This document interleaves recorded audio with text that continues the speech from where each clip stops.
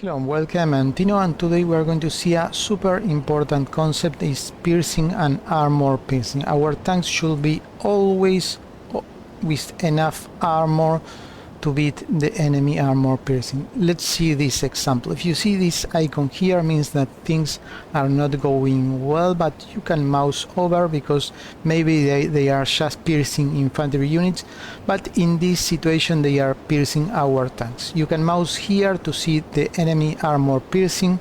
Down there it says 21.9. Now you can mouse over our shields and see that they are kind of broken, and if you mouse over here you will see that our armor is 24 point something.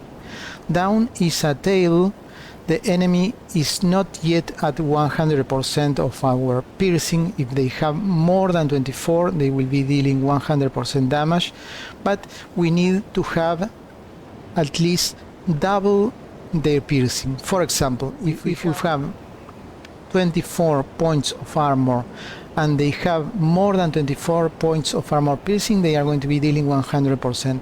If they have less than 12 armor piercing, they are going to be dealing half damage, and that is what we want.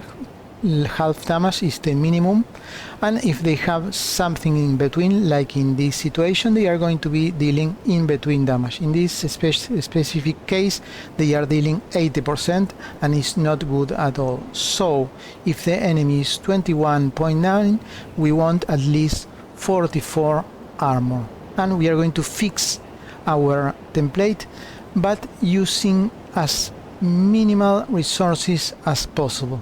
And if you are in Paradoxian channel, please subscribe here. It's Tino Dua English. I created this channel 2 weeks ago, so I hope to find you here. I will keep moving stuff from Paradoxian to here. And this is our template. This is a very powerful template since the tanks are cheap, but since they are cheap they have little armor. It's very good for Poland and France early on, but later for the Soviet Union you will need to do some changes. And the cheapest way to do the changes, but first let me explain how the armor is calculated. The armor is an average of all the battalions and the battalion with the highest armor. So if you add just one battalion with a lot of armor, you are going to be raising the armor a lot in the most efficient way. So the way not to do it is by building, for example, a new medium tanks, because you have a lot of medium tanks. Why? Because the new improved armored tank will be split among all these units and it will not affect very much your armor. So the best way is to design a completely different battalion. If you are using medium tanks, you should add, for example, a heavy tanks or a tank destroyer. I already designed this tank destroyer, medium tank destroyer, and it should keep up with the speed of this division. This speed is 11.9, so we are going to add the medium tank destroyer, and as you can see the armor went from 21 to 49, and this is what we need.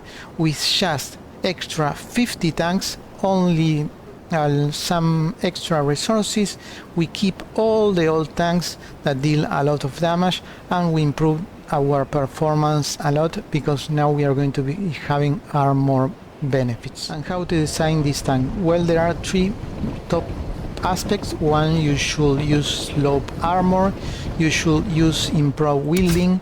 You can try with this one, it's cheaper, but take a look at the armor, the cost will go down, but I recommend that since you are going to be using just 50 tanks, you can use the best one that is more expensive, but take up the cost a little bit, but will improve the performance of the whole division a lot. So just these three main topics. This one, the slope armor, and a lot of armor points. If this does not work, you can try with the heavy tanks. About the turret, I do not use 3-man turret because it will decrease my speed. I need speed. I'm using a fixed turret so I can use a heavy cannon because I'm going to do a tank destroyer. But if you don't have enough engines, you can use a high velocity gun. It's in the small armor, small weapons. Let me show you.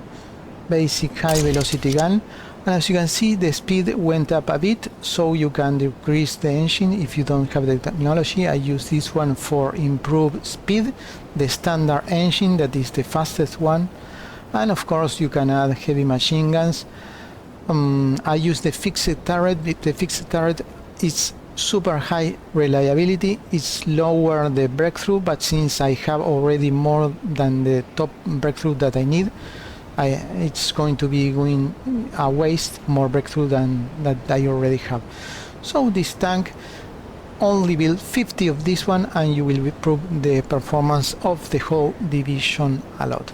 So this is the stage 2 of the design. First I designed the division for the war in 39, and for the war in year 40 that the enemy is going to be using more anti-tanks, I add this tank destroyer to my divisions to raise up a lot the armor.